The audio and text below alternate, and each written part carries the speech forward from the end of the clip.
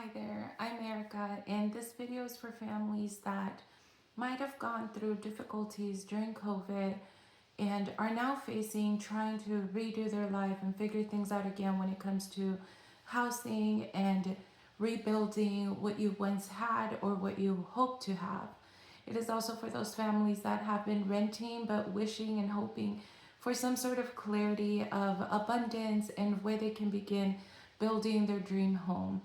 I want to make room and space for anybody who is wishful about the future but doesn't really know where to get started when it comes to home ownership. And I'll give you a bit of our backstory as well as the different steps that we took to rebuild our life and home when it came to ownership again.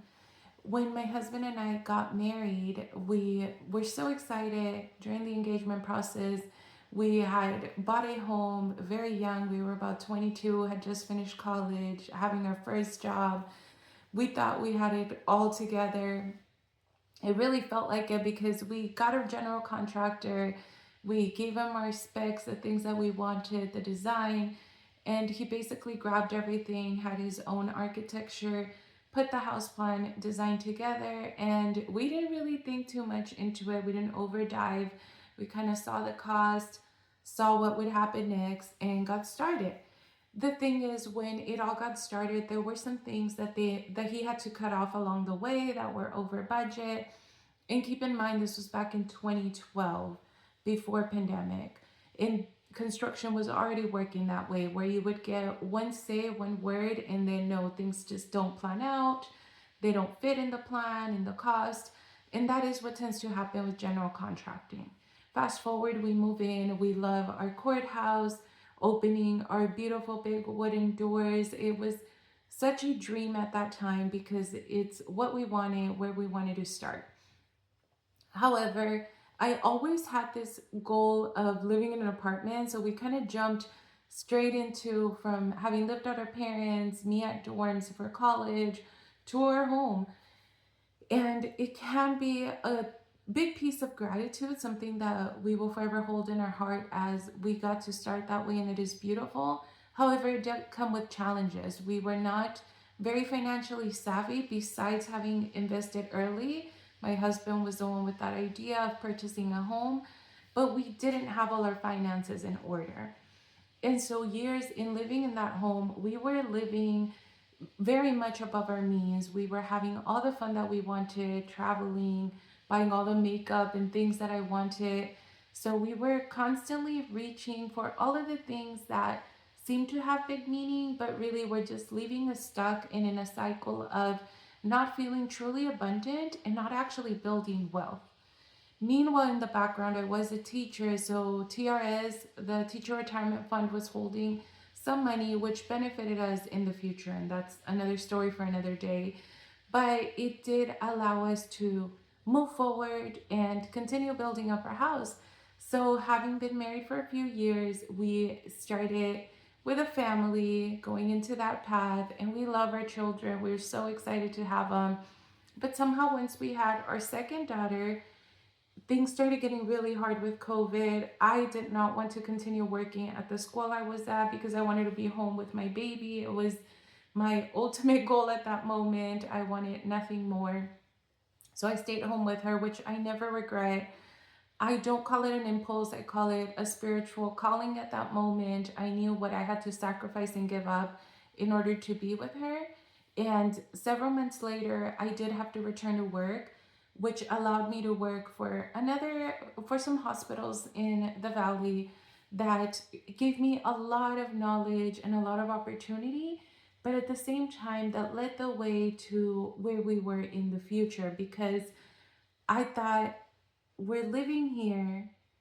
I've wanted to be in an apartment for a while. Our finances aren't in the best place. How about during this time, I ended up leaving the hospital because I wanted to go back into education and kind of blend the marketing background and education. But this time, when we were in the apartment, we really thought about our finances. Whatever we profited from our first home, we went ahead and saved it, and some of it we invested. When we were in the apartment, we paid a year ahead. Thank God my husband had gotten some extra money from his job when he did start, bonuses, and just things ended up aligning. And God always does provide. So you have to know, if you're in a rough spot right now, God will give you the means. You just have to work, look for the right timing, pray for his path. And if you don't have work right now, or your work is not going the way you hope to, you can start building up other skills and connecting and networking so that you may have the opportunities that you do wish for. And maybe even starting your very own side hustle. So fast forward into getting into the apartment, which was rough. My husband really loved our first home. That was his dream at that time. So living in the apartment to him was really taking something that he had wished for so long to something that just wasn't exactly what he thought we would be. For me, I loved going to the large pool with my daughters. I liked going to the gym. I really enjoyed the space in the living room, the high ceilings. It was just very different than what we were used to. We did that for a year, and then we thought it is time to build. Again, we built up our confidence thanks to my friends who had become owner builders. They bought little ranches and they started their own construction. Their homes looked beautiful. And I thought, how can they do that? Where is the money coming from? And one of my beautiful friends told me, the money comes because God provides it, especially when you're doing a sacrifice for your family and you're working towards God's calling. And I decided to trust in that. And we moved on into a little cabin by my parents' property, and we fixed it up because it was not all done up. It hadn't been used for a long time, more like a warehouse.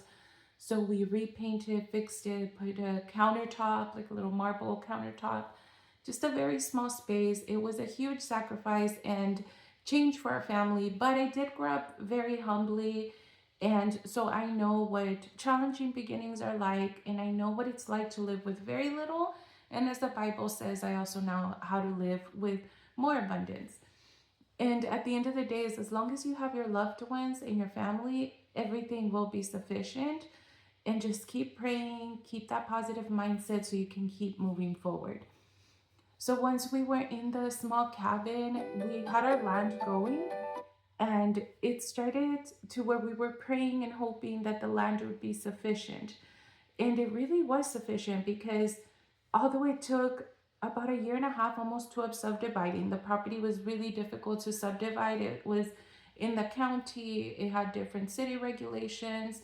So what we thought, what if we look at other homes? And that was a bad idea, because temptation, but really we knew at the end of the day it was not God's calling for us. We had a plan, we knew what we wanted, we had designed it. And when you know what you want and you know God's aligned with it, you must believe in the unseen. You have to keep moving forward.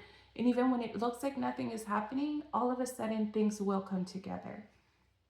So finally, we got the subdivision right around my birthday month, around November, and we were so happy. And this will happen for you too. If you're looking for a job, you're looking to build a home, the right timing will happen. Just keep the faith, keep moving forward, continue learning, never give up on the abundance of learning.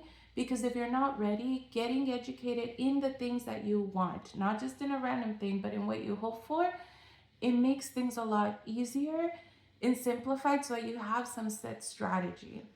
And when we were ready to build, fortunately, my dad had built several homes, nothing as a general contractor, always as an owner builder. So he helped us find some of our contacts, got us so excited about the possibilities, but we were nervous. We were about to set down a whole lot of money for the foundation, and we're not sure of all the other steps. I did research, I wrote things down, I thought of concepts, ideas. I just thought, how is this going to work? It seems that I kind of know what's supposed to come, but I didn't know every piece of it. I wasn't a construction person, I didn't study that. The thing that did benefit was that I always asked questions. I learned from my friends that were owner builders, I learned from my dad. I looked for courses. There was no course that was from an owner builder themselves that went through the experience and had the full breakdown. I looked for books and they were very complex. It was more about putting the structure yourself together. And that's not what my husband and I did. There were some pieces that we helped out with, mostly my husband, but a lot of it was more so Who do we get that is right for each piece? When do we pay them? At what schedule? What material is the best? And when do we buy it? Where do we buy it? In what quantities? So every decision we took along the way, we were so extremely involved. Before we knew it, our foundation was there, our floor, the cement, it just felt so beautiful and spacious. And then we started seeing the walls go up. We wanted masonry, so we wanted a really strong house. But then we wanted the interior to have stucco because we wanted to have insulation in between, and we wanted to be able to put up pictures and designs more easily on our walls. We really thought about all of those things, and my dad gave us a lot of tips on how to make it quality material because he's built over 4 homes for our family over the years. Every time we moved, he was always the one that contracted people, never hired someone, never bought a home that was already built. And he has so much wisdom in that. When we have wise people to speak to, even general contractors, I do appreciate one that was so kind and helped me at the very beginning when I was trying to compare labor costs and I told him what we were doing. He was very kind. And when you're looking for mentors in education, it really benefits along the way. And that is what my husband and I want to do for others. We want to help you get the encouragement, the joy to believe in yourself, believe in your family, that you can have the home that you dream of. And it can be small, medium, large, whatever you hope for, whatever you think you want to get, either fully paid off if you have the money for it when you're building it, or if you're planning to get some loans, how much are you planning to? We go through all of that in our lessons. And they are video lessons, there's written lessons, supportive pieces that you actually get to do a checklist I wish I had. And it's not one that you can get on ChatGPT. A lot of these things are not things you can just Google and piece all together. That was the entire goal of mine when I was going to build. Where do I get all of it together? And one, I'll tell you, even through our course, the one thing that won't be missing is you need to make sure you have faith, motivation, and self-determination, because it does take sacrifice, it does take patience and persistence. But I believe that you have that because you're already watching this video and you're already thinking of your future. So now that we live in our home, after gone through all the lessons learned, met so many different amazing contractors that helped.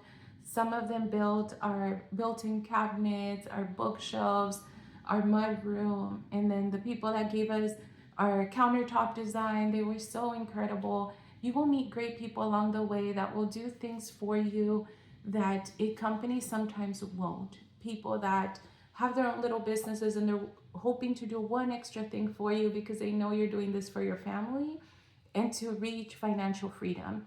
In America, not a lot of people do owner builder anymore because people are so stuck in being in the 8 to 5, 9 to 5 schedule or in night shifts. You're so busy, you're so exhausted. Let me tell you, owner builder takes only about 10 to 15 hours a week because you're more so managing a project.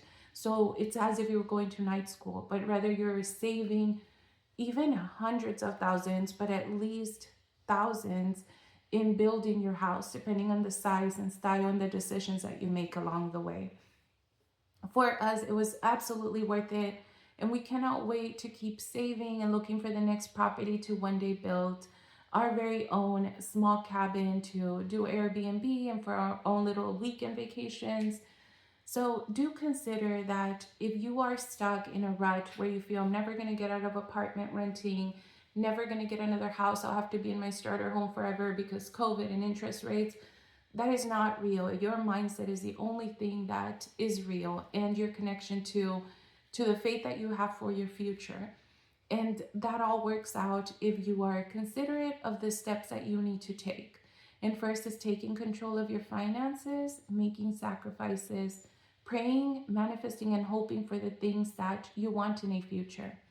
And having wise mentors, people that help you get closer to your dreams instead of further from them. And more than anything, having some sort of blueprint guide that'll ease expenses along the way, that'll reduce stressors and really keep you in that momentum of this is how I start and this is how I get to the end project. I'll tell you, when I look at our home from a distance, it's something I never imagined to have. And you can follow me on Facebook if you want to check out the house as well. It's on Owner Builder Project, and there's some freebie webinars linked in there. That's where you'll see the picture. Owner Builder Project. And as well, you can take a look here. You can press the link and it has parts of our home there. And even at the very bottom of the page, it has their entire house linked on there as well, and an added video for me. I really wish you the best. I feel that this could be your ownership year. You've got this handled. I believe in you. Now get the right steps going. Start building up your dreams. Have a vision, because without a vision, people will perish. So do not believe the naysayers. Do not believe those who tell you that this is the worst time to build, this is the worst market. No. My mom shared a memory from her childhood where her mother, who had several children, my grandma that passed, she would be washing clothing by hand and hanging it, and no AC. So they're dusting the walls, dusting things.